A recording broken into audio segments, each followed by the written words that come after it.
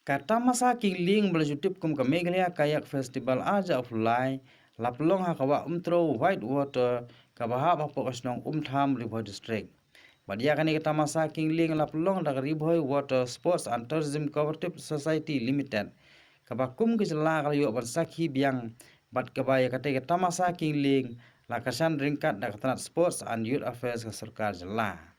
Kani kata masa lapelong tang laisngi kata tarik khanar hadu khatsau risau aja fulai bat kadai kata masa ban riu lapelong ha kata kawa katkum ka kong lari koridor kharkrang kat khot jongri boy water sports and tourism cooperative society limited kalai thu bah kani kata masa kingling kidon hadu arsan ngut kinong kingling kibana sabari bat nakani kejela kidon laingot kiban yakun hak professional category bat prangut kiban yakun hak intermediate category kajing sedang ya kata masa hak khalatri urisau kalong da kajing penil akai shuai khanarit hak intermediate category bat igibasa ansa peteng pat hagisi kiban sabut ngadai lari koridor Kharkrang ngadai member jongka nika society Riboy Water Sports and Tourism Cooperative Society ya kanika event ya kanika Megha Kayak Fest ni peniat da kanika society jongi te mentakas ni ka khadar tarik Oktober ngila sedang ya ka intermediate category kata ka down river te ngidon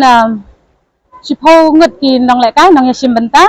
te kibun ki lokal jongi kide ki lokal kamud nang ni national bat national ngidon te ngidon ro na Arunachal bat na Sri Lanka kibadai haka intermediate ya ka bamentakas ni te next day ngin sadan kibun ki international paddlers ngidon khatsam teli kiri kibala poi hadu menta kanika klipmat pakindang wan rute tam lene duna ngidon artusan ngut kiba ki international kiba wan na kiwe kiri ngidon ki artusan ngut ngidang expect ru kibandang wan na jela jongi haka pro kategori ngidon ya Vishnu Lizzy laingot ngidon biar ngidon untuk hangot ay